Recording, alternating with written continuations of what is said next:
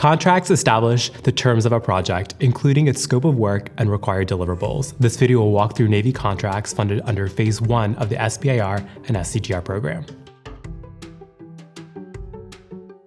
Small businesses compete for the first phase of the SBIR and SCGR program called Phase 1 by submitting a proposal in response to a published topic. This topic expresses a problem statement by one or more government programs. After a formal evaluation of all submitted proposals, one or more Phase 1 awards are made to provide the government with a variety of solutions. Each Phase 1 award provides a small business with the opportunity to conduct a study to verify that their proposed solution meets the problem stated in the topic. In the Navy, Phase 1 awards are in the form of contracts signed between an official government contracting officer and the small business that receives the funding. They are backed by the Federal Acquisition Regulation, or FAR, which provides a standard set of rules and regulations. Contracts will include clauses from the FAR by reference. Phase 1 contracts are composed of one base and one option period, each 6 months in duration. If a Phase 1 award is made to a small business, the base period is funded first, while the option is exercised or funded if that small business is selected to advance to Phase 2. It is important to understand all the parties that are involved in a contract. On the government side, the primary and alternate government technical points of contact, or TPOCs, oversee the technical performance of a contract. The contracting specialist and officer are the ones that negotiate and award the contract to the small business, while serving as the only authority to make changes to the contract. On the small business side, the principal investigator, or PI, is the lead project manager and performs the majority of the work. The business point of contact is the official that negotiates with the government contracting specialist and officer and signs the award on behalf of the small business. CLINs, or contract line item numbers, are a way to break down a contract into more manageable chunks. Each of these elements is associated with a cost and can either represent a deliverable or a period of time for which tasks are performed in. Small businesses will use these CLINs when submitting an invoice, and contracting officers will use them when making changes to a contract. For Phase 1 awards, a company must submit briefing slides for a kickoff meeting, an interim progress report, and a final report for both the base and the option periods. Therefore, a Phase 1 contract is composed of 6 CLINs, 3 for the base and 3 for the option, with each of the CLINs corresponding to a deliverable. Here are some tips if you are a small business that has been awarded a contract. First, contact your contracting officer if you have any questions related to the contract. Second, keep in mind that the contracting officer is the only authority to make changes to a contract. If a TPOC or any other government personnel asks you to do something on the contract, please double check this with our office and the contracting officer. Third, be sure to keep your technical point of contact, or TPOC, updated when you've submitted an invoice on Wide Area Workflow. The system may not send a notification to the TPOC, so sending them a quick email will ensure timely review and payment of your invoice. Let's take a look at an example Phase 1 contract. On the first page, it shows some basic blocks of information. On block 2 is the contract number itself, if you'd like a reference of it. Block 3 is the effective date of the contract, also the start date of the contract. Block 5 is the name of the contracting officer and agency that made the award. So should you have any questions about the contract specifically, this is the block to reference. Block 7 is the name of the small business itself. Block 11 is the actual name of the primary technical point of contact. If we scroll down further, 15G, which is shown here on the right-hand side, is the total award amount. It's the amount that the Phase 1 base is. And then on blocks 19 and 20 is both the name of the small business's business point of contact that signs on behalf of the small business, as well as their signature. And then block 20 is the name of the contracting officer and their signature as well. If we scroll down further, Section A shows the list of points of contacts that we talked about a little bit earlier. The contracting specialist assists the contracting officer with the contract itself. And the government and alternate technical points of contact, or TPOCs, their contact information is listed below that as well. And then under here in this block where it says contractor is the name of the business point of contact that signs on behalf of the small business for this award. If you scroll down further, on this page, it actually indicates the website for which you will be submitting your deliverables.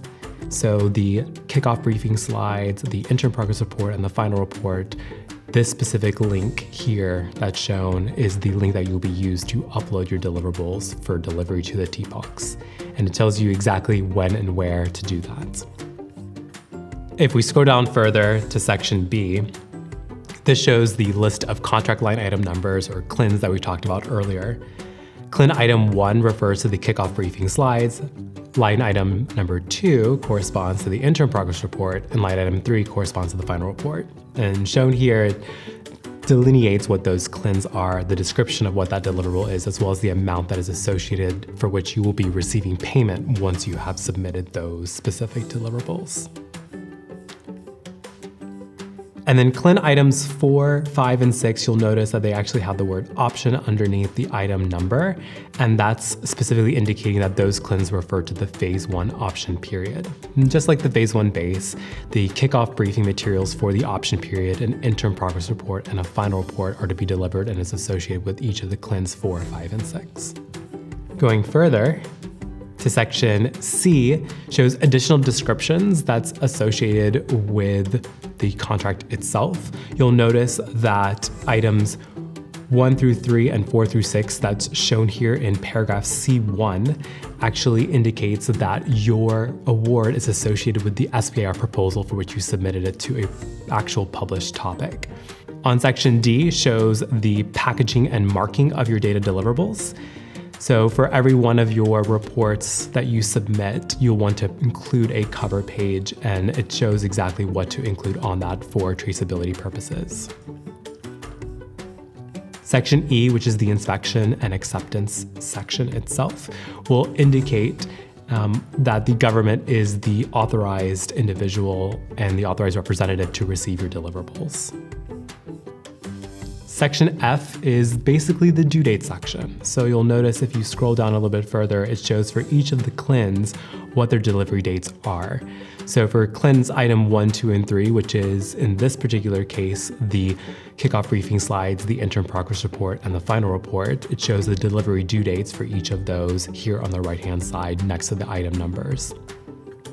Just like the final report, it is the last deliverable and is the last item that is delivered at the end of the phase 1 base period as well as the option. So one can assume that item number 3 and 6 is associated with the end date of the phase 1 base and the phase 1 option respectively. Section G covers contract administration data. This is the section where, as a small business, you will be using to get information and submit your invoices appropriately on WideAR Workflow. It talks about payments, and then further, it shows a routing table that you'll specifically use on the portal for submitting your specific invoice. It's important to use the data on the right-hand side accurately because those specific DODACs or identifiers that are being shown here appropriately route the invoice to the technical points of contact. So be sure that those specific identifiers are used when you are uploading your invoice. If you have any questions about your invoice, and to also give a heads up to the technical point of contact, their information is located here that I'm circling. And then if you have any questions or issues with the WideAR Workflow system, there is a specific help desk with their number that is listed here on the contract as well. Section H shows specific general contract requirements that are associated with the SBIR program itself. You'll notice that under section H.1, it specifically indicates that the contracting officer is the only authority that can make changes or approve changes related to this contract. And as a reminder, even though it's mentioned earlier, the name and the address of that contracting officer is listed in this section as well, should you have any questions. Further, if you have Any questions about the primary employment of your own principal investigator, that is shown here in section H.3. And if you are substituting personnel, the requirements and the process of doing so is shown here in H.4. And then finally, an important thing to note in this section is section H.8, which specifically states that the government has the discretion to exercise the option related to this contract. And that, of course, in accordance with the SBIR program, is related to an evaluation of your initial proposal that is submitted alongside your final report. And those specific instructions are shown here. As a small business, please do keep in mind we actually indicate a time period for which to submit your initial proposal. Please make sure to submit it as soon as possible. If not, that is a hard due date. It's a hard time. The portal will not accept anything beyond that specific time period. And then section I relates to our comment regarding the Federal Acquisition Regulation, or FAR. We do include contract clauses by reference rather than their full text to preserve space for the contract itself. So all of these are publicly searchable, and you can look them up by the clause number that's shown on the left-hand side. And each of these clauses are applicable to the Phase 1 contract here shown in front of me. We hope that you found this video helpful. This is just a quick and short summary, so be sure to read the contract in its entirety. If you have any further questions, please contact our office.